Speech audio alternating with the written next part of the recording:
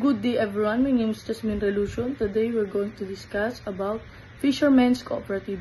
Our mission for Fishermen's Cooperative is to form a cooperative that gives back to the local fishermen not only through the creation of a bearing and empowering atmosphere, but also through the promotion of sustainable livelihoods, marine resource conservations, and uplifting of the social capital of the local community, contributing to the health of the society at large.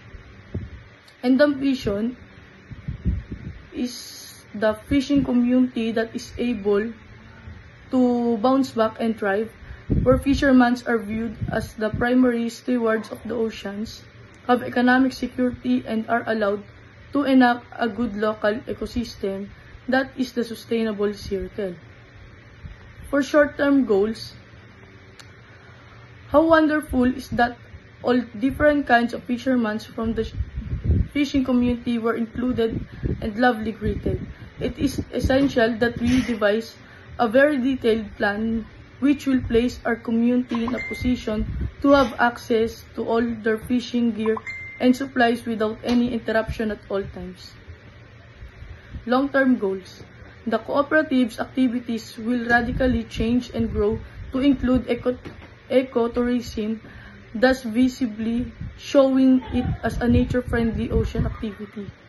We really need to have a special fund that is solely for most daring and greenest fishing practices ideas. The pace of our policy change should be gradual but steady towards a world where not only are our ecosystem protected but also the fishers' welfare is looked after. Services and community benefits. Making sure that the fish comes from environmentally friendly source and is top of quality. Financial literacy is understanding the basics of finance, which helps in making smart investment decisions and improving money management, initiating activities that will bring together the fishing community. Sell their fresh and new caught seafoods in the market at the fair price. Fishermen and their families can receive free medical check-ups, health insurance, and accident coverage under programs like PhilHealth. Product service that will offer. The cooperative will provide access to the affordable grocery items, basic household supplies, and land service with reduced interest rates. In addition, it will conduct training programs on livelihood skills like food processing, maintenance of fishing equipment, and small business management for extra incomes. How will this cooperative improve the quality of life in barangay?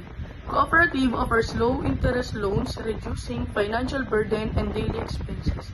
It provides cheaper goods, resulting in surplus income and livelihood opportunities. It improves the community relationships, promotes teamwork and self-reliance, reinforcing village sustainability and community support. That's all. Thank you.